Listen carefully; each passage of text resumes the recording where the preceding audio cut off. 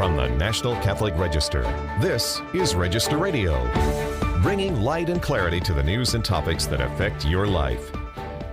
A group of Catholic scholars have written a controversial open letter making the claim that Pope Francis has taught heresy. This week on Register Radio, we talked to Register Senior Editor Joan Frawley Desmond about the open letter and the strong reactions it provoked. And then we are joined by Register contributor Katie Warner about a series of interviews with priests about their mothers. And that's talking both about their earthly mothers and our Heavenly Mother, Mary. I'm Jeanette DeMelo, Editor-in-Chief of the National Catholic Register and co-host of Register Radio. I'm joined by Matthew Bunson, the Register's Senior Editor and co-host for Register Radio. Hi, Matthew. Good to be with you. So, Matthew, this week has been a very interesting week in the world of Catholic media.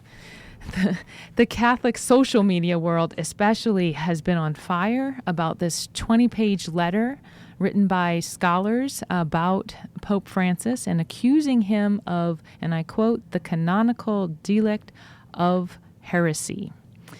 And they're urging the bishops of the world to take action to deal with this grave situation, as they call it, of a heretical pope. So among the original 19 signers is a well-known and well-respected theologian, Dominican theologian, Father Aidan Nichols. The Registers reached out to Father Nichols to get his comments on why he signed the letter, but we weren't able to get a response.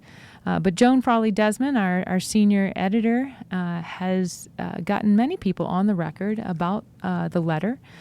Joan's with us to discuss it. Joan, thanks for being with us. It's always a pleasure, Jeanette and Matthew.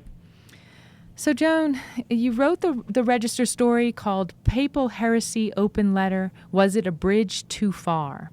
And really, this article points to the controversy, the division that this has shooken up. The division has been there, obviously, for quite some time, but this really brought it all really out in the open. And it's a skirmish, especially on social media. It's not the first time that many of these scholars who signed the letter have written something making very serious claims. This has been a long process. So tell us a little bit about the process of the letter and how we got to this point.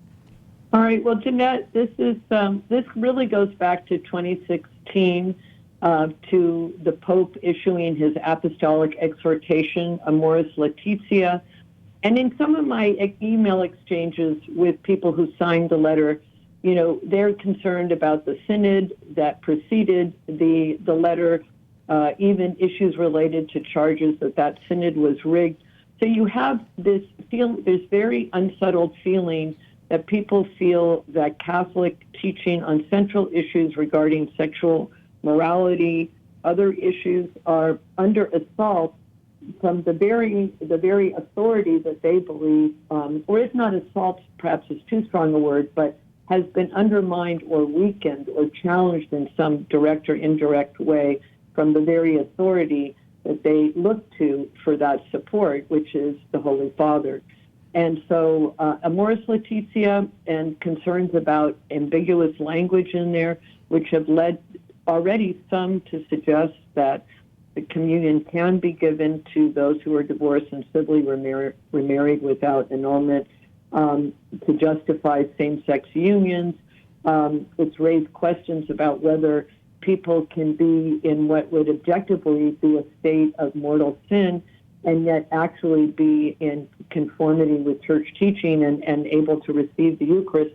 I mean, some of these points are very technical, right, but they've raised very, very strong concerns from people, and it started with the dubia with 4 cardinals, including our U.S. Cardinal Cardinal Burke. But then it went on to a 2017 filial correction, right, and a lot of the same people who wrote this most recent letter raising questions about the Pope and heresy also wrote that letter articulating similar concerns. So one of the things we did is we went back to that letter. I mean, the original scholars of that filial correction were about 62 scholars. But they put it out there for many people to sign. So it was, afterwards they put it online and people could sign. It went, I think, to thousands of people who signed that filial correction. I don't know the exact number. This open letter originated with 19 signatories. And I think, again, it has collected other signers. So there is certainly something, this strikes a chord with people. People agree that there is a problem regarding the teaching of this papacy.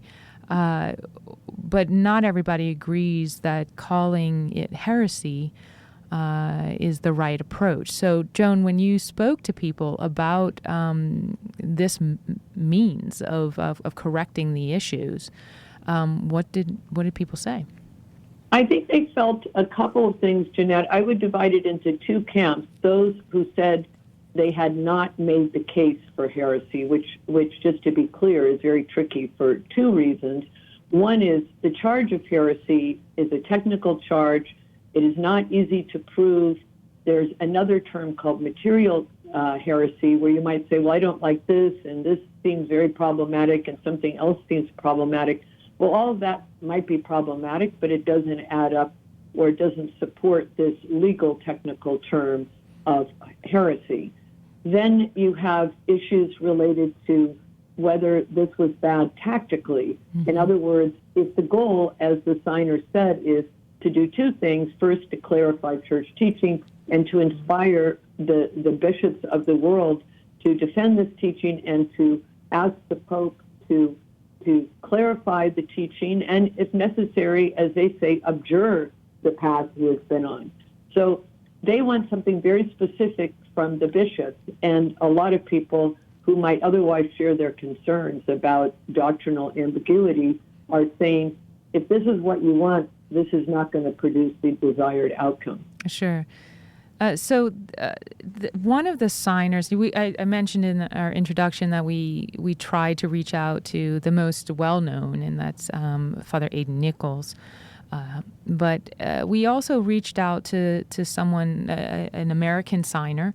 It was Professor John Rist. He is a philosophy professor at Catholic University of America in Washington.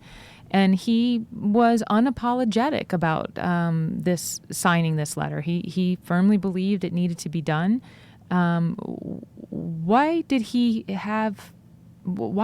feel it was important to take this very extreme step of saying that the Pope is heretical?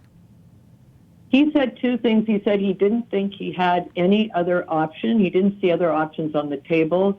And in particular, as I mentioned earlier about that history with the 2016 dubia, which was never satisfactorily answered, and then the fraternal correction, he said, the dubia wasn't answered. He considered that to be really unacceptable. And so he said, my own decision to sign the new document was partly based on the total unwillingness of the Pope to reply to the dubia of the four cardinals. He said that refusal, in his mind, in his words, he said that refusal suggested to me that he could not clarify his views without indicating the difference of his position from the traditional teaching of the church. From the traditional teaching of the church. So Rist is saying that he actually doesn't think the Pope can effectively respond to this. So in a way, that's a separate issue, but that's what he's saying, and he's now ready to escalate and go further than that. What is interesting is that while others have also justified their decisions in online posts since this whole provoked a furor, we've also had other people like Janet Smith, Bill Lawler, both of whom have been associated with very strong concerns and questions about Amoris Laetitia, among other things, both questioning this fact, not disputing the problems, but saying, if you think this is going to produce this outcome, you're wrong, and it could make things worse. I think that was one of the very striking points I thought about this as well. Right, and another person who made that point was Father Wynandy in writing for First Things, and he was for a long time head of the theology department, if you will. I don't remember his exact title at the moment, at the United States Catholic Conference of Bishops. So this is Father Thomas Weinandy,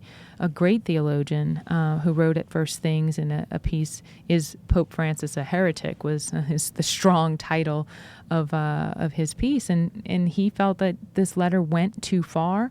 But he himself is someone who has expressed grave concerns with Pope Francis and what he has taught, but he felt like things did not rise to this level, and that this would many people who we spoke to said they were afraid that this letter would make the divisions further, and the people that Pope Francis listens to, his advisors, would be able to very quickly say, oh, they are in the camp of, the people who think you're a heretic, so you don't need to listen to them. That if people... I think Jeanette, that's one of the really striking parts is the divisions first more broadly in the church and this mistrust, like it's impossible to have a serious debate without being framed and demonized. That came through very strongly. Didn't you notice that? Absolutely. One of the things that I think it was Father Weinandy that said is, this letter doesn't make the distinction that sometimes it's the people around the Pope who have actually committed heresy, and that needs to be recognized. And maybe the Pope has not. Certainly the Pope has not gone far enough to correct that, but this is only going to exacerbate that problem, because those people still have a fair hearing from the Pope. But will the people speaking truth now have a fair hearing, because they're going to be categorized among this apparently extreme camp? So it's serious stuff. We're completely out of time, and this is such an important topic. I invite all of our listeners to read the story that we have online on this. I have to say, I feel like it's one of the fairest treatments, because it really lets both sides have their say. Our story is called Papal Heresy Open Letter.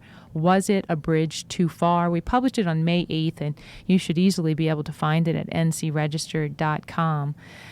When we come back, we'll be talking about Mother's Day. Joan, happy Mother's Day. Same to you, Jeanette. You're a pretty new mother, too. So. Thank you. Congratulations to you. Thanks. When we come back, Matthew and I talk to Katie Warner about her interviews with 6 priests who share their love of moms. This is Register Radio on EWTN. Stay tuned.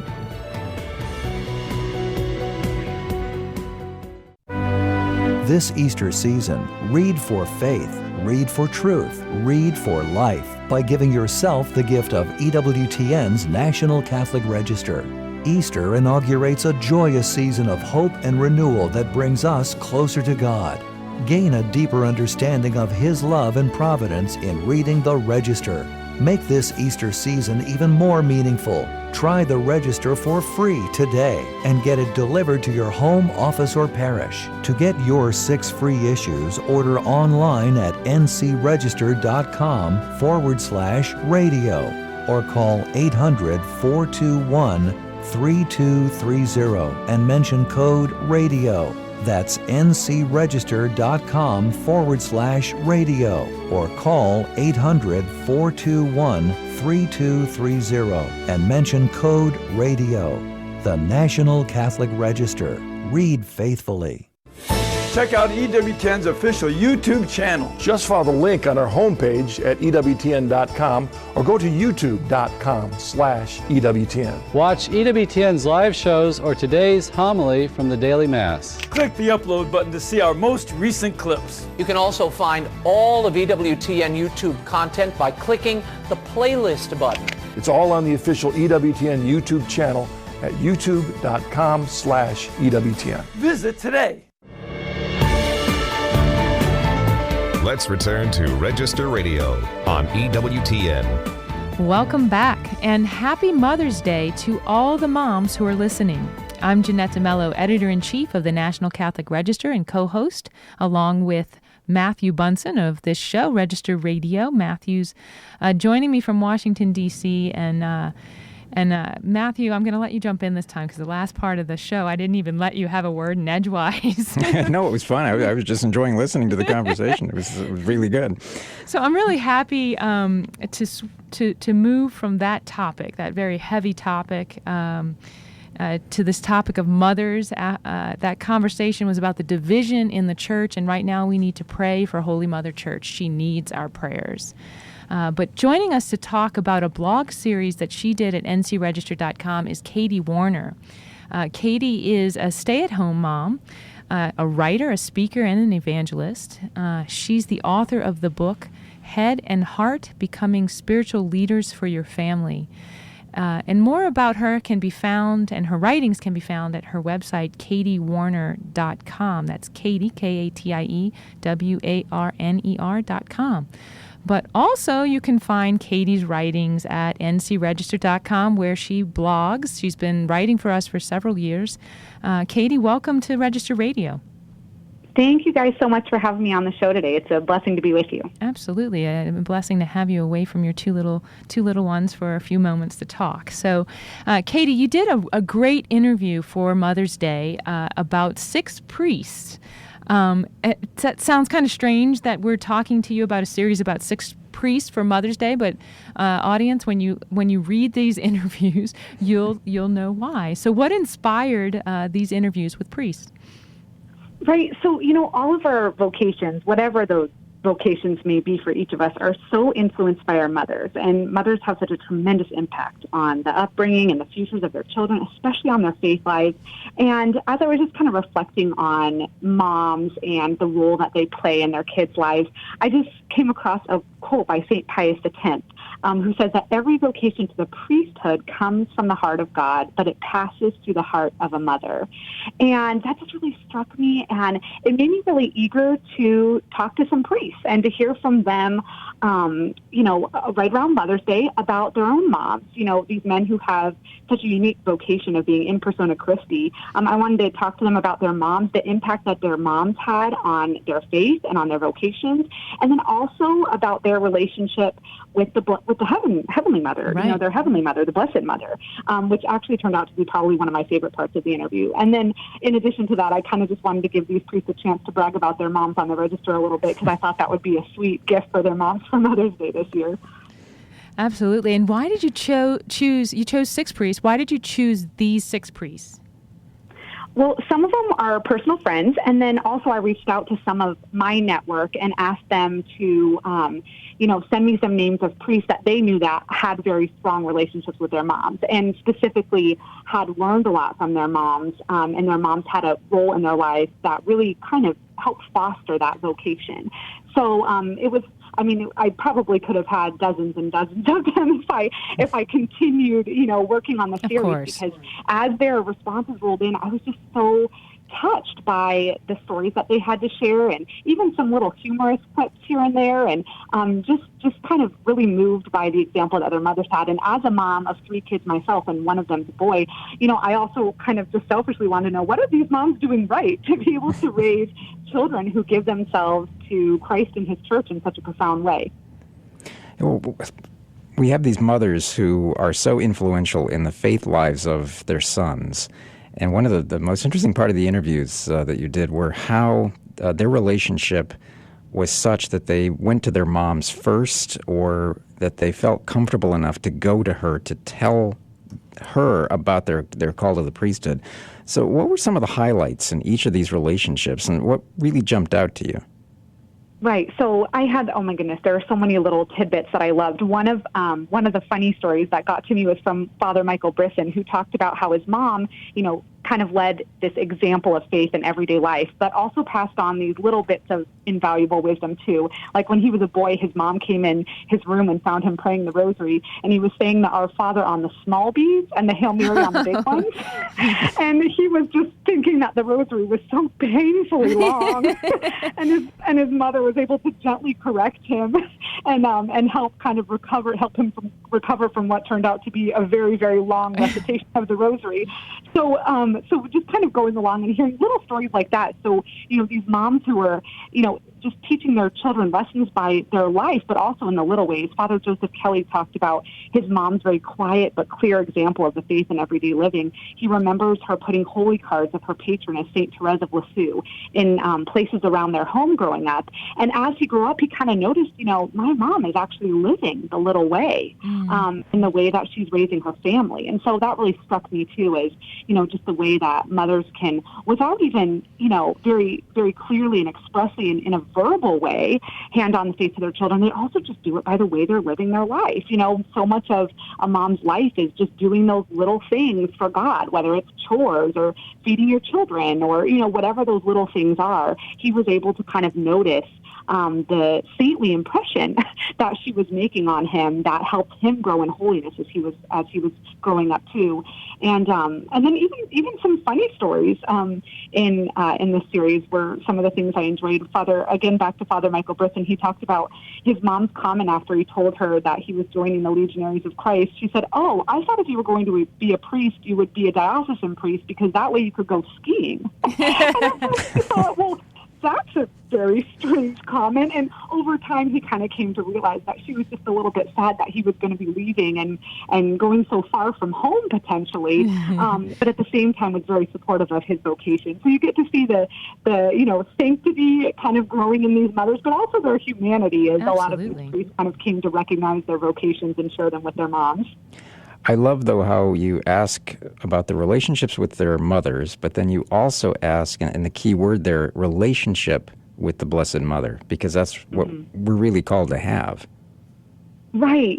I kind of realized quickly that it was sort of a given that these holy priests would have a strong relationship with their Blessed Mother, too.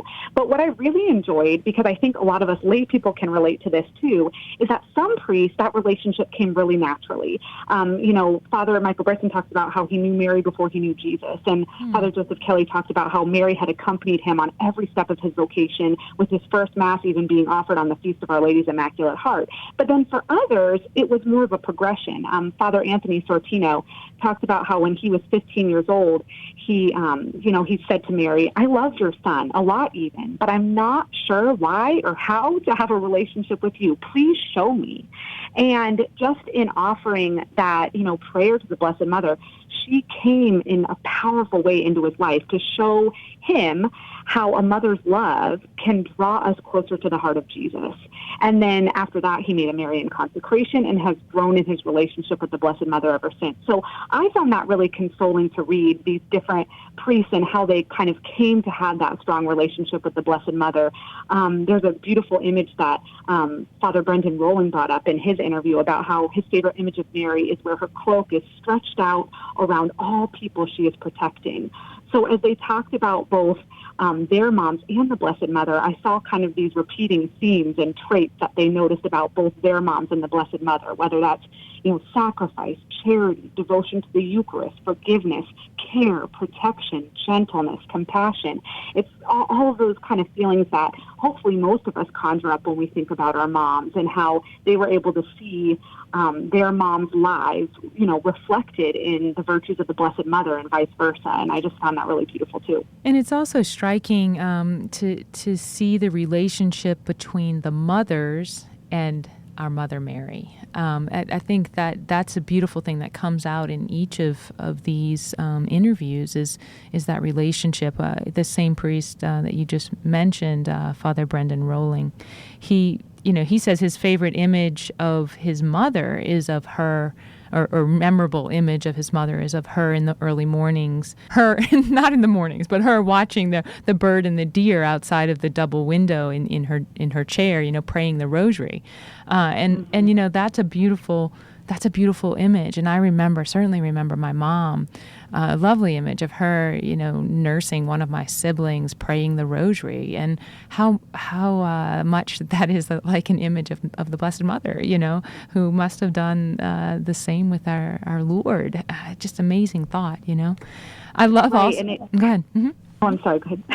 No, jump in, Katie. I was going to say it kind of encourages us, those of us who are parents in particular, to do those things, to have those, devotions be shown even in a quiet way in front of our children. Absolutely. Like when we're waking up in the morning or in the evening, to have a Bible occasionally out reading it, not necessarily to our kids, which we should do as well, but also just on our own so our kids can see us reading the Bible, can see us praying the rosary, because it makes an impression on them that's lasting and can even plant seeds of a vocation that we may not even realize we're having that kind of an effect on them at the time, and Absolutely. only realize later, the power that simple devotion had on their life. Absolutely. My experience has been that way. I mean, I remember my mom and my dad, praying every morning with the Bible and with the rosary.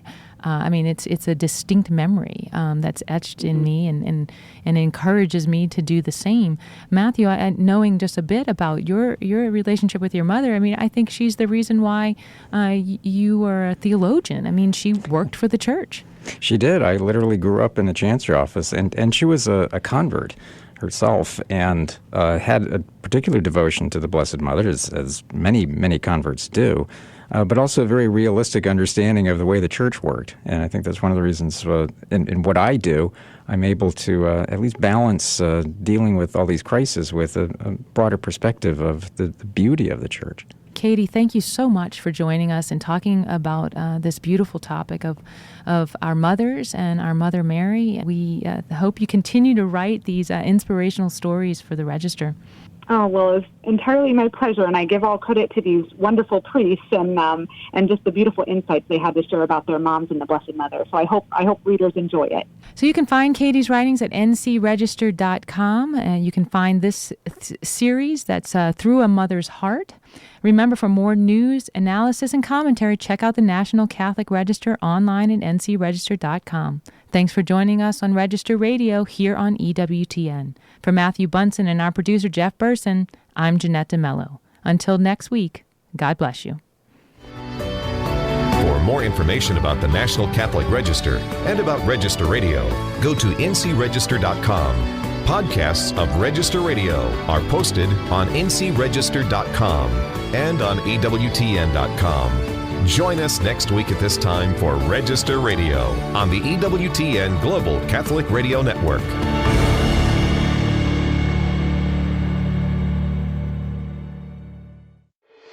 I don't have all the answers and I don't understand the Bible. That's why I'm so thankful for EWTN. Helping you to stay prepared for God's call. We must always be ready. This is the EWTN Radio Network.